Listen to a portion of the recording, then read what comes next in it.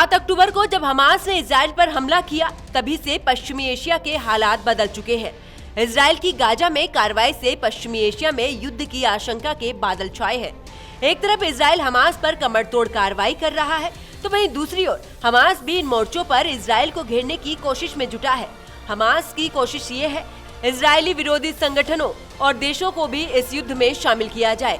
Hamas अगर ऐसा करने में सफल रहता है तो इजराइल के लिए मुश्किल खड़ी हो सकती है। शुरू से ही हमास को विश्वास था कि इजराइल में हमले के बाद गाजा पट्टी में युद्ध छिड़ेगा, तो उनके पक्ष में कई मोर्चों से इजराइल पर हमला होगा। हमास की इस उम्मीद को तब और भी बल मिला जब एक बार फिर इजराइल और लेबनान में तनातनी हुई। इसने हमास की उस प्लान की उम्मीद को फिर से जिंदा कर दिया, जिसमें वो इजराइल के साथ कई मोर्चों पर टकराव शुरू करना चाहता है। हमास हिजबुल्लाह को युद्ध में घसीटने के लिए बेताब है। हिजबुल्लाह भी अपनी ओर से संदेश देना चाहता है कि उसने फिलिस्तीनी को अकेले नहीं छोड़ा है।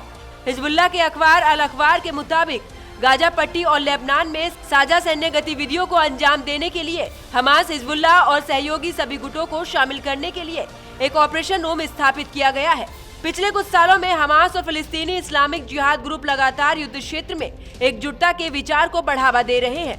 इनका विचार इजराइल के खिलाफ लड़ाई में शामिल सभी गुटों को साथ लाना है। इसमें हमास और हिजबुल्लाह के अलावा ईरान, वेस्ट बैंक, पूर्वी यरूशलेम, अरब इजरायली, यमन स्थित हौथीस और सीरिया को जोड़ना है। पिछले 2 सालों में वेस्ट बैंक में कई सशस्त्र संगठन खड़े हुए हैं जो हमास और PIJ से जुड़े हैं। इन समूह में जेनिन बटालियन और लायंस डेंस शामिल है। Bureau report, AMB network.